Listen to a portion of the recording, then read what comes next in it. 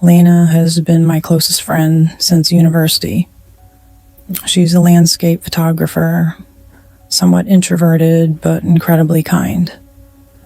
That October, she invited me to go camping in the mountains. She said she wanted to photograph the night sky and morning mist, and the farther we were from the city, the better. It wasn't our first time camping together, but this location was unusually remote, an obscure national forest.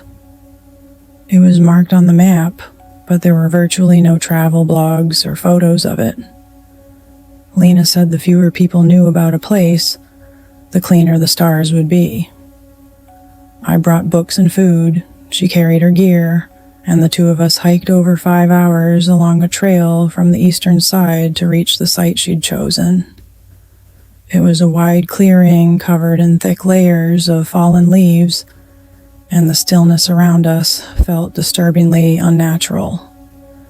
We pitched our tents, built a fire, cooked dinner, and once night fell, Lena set up her camera for a time lapse. We spent a little time stargazing and chatting, then returned to our tents to sleep. The weather was cool and dry that night, and I slept quite well. When I woke the next morning, she was already sitting in front of her camera, flipping through the photos. She seemed distracted.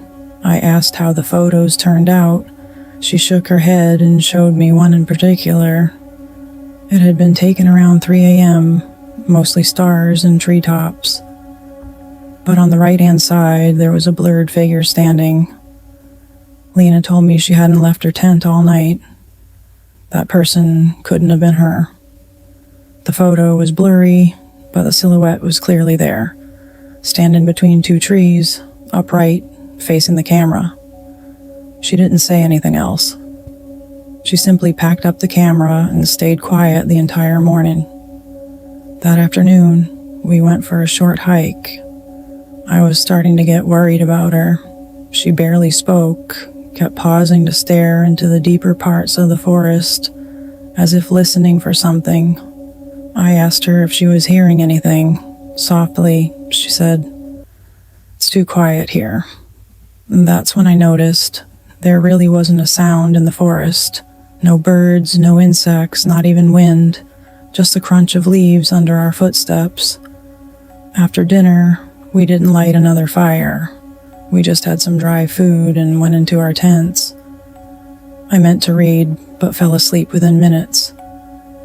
I woke up in the middle of the night, just past 3 a.m. At first, I thought the cold had woken me, but then I heard a voice outside the tent. A woman's voice. It sounded like she was standing in the woods, calling out, "Hello, is anyone there?" The tone was off, too flat. The intonation wasn't natural, like someone performing the act of being polite without understanding the emotion behind the words. I didn't respond. I just clutched the edge of my sleeping bag and stayed absolutely still. After a moment, the voice spoke again. "I'm lost. Could you help me?" Now her voice sounded like Lena's, almost identical.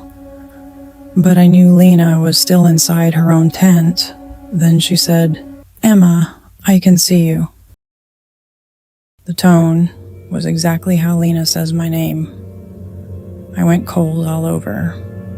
The voice started circling the tent, and the footsteps were too light, too soft, and human. I didn't sleep the rest of the night. At dawn, I walked over to her tent. She stepped out looking just as exhausted. We locked eyes, but said nothing. Both of us knew. We had both heard that voice. She said the voice mimicked me, same tone, same phrasing. It even used the way I normally speak to wake her up. We decided not to stay another night. We started packing immediately. We walked for 4 hours, only to find ourselves back at the campsite. The tents were still there, but they'd been moved.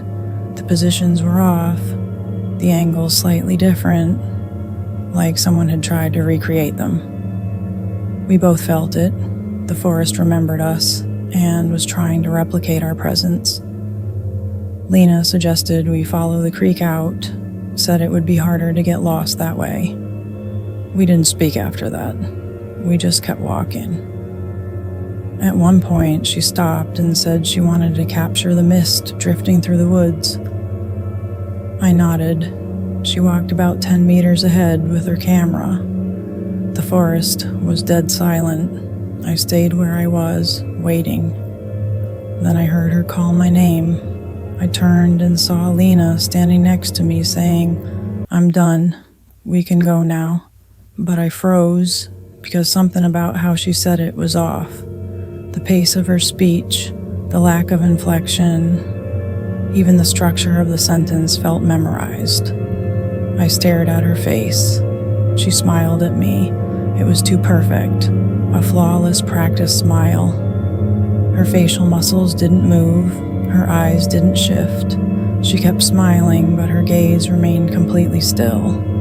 She said, "You're my favorite version." That wasn't Lena. I ran until my legs nearly gave out. Somewhere along the way, the forest began repeating my voice, calling my name like a broken recording. "Emma, we can trade places." A group of hikers found me and helped me get down the mountain. Days later, I received an anonymous email. The sender's information was blank. The email contained only one photo. It was of me, sitting at the campsite, head lowered as if reading. The image was blurry, but in the background stood a figure. The figure wore the same jacket as Lena, but its face was empty, like a mask of skin with no features, no eyes, no mouth, staring straight into the lens. You're free to believe it was stress, isolation, or some kind of hallucination, but I know it wasn't, because that voice, that face, and that moment were exactly like Lena. It's not chasing you, it's copying you. And the moment you relax, slow down, or let your guard down, something else can replace you.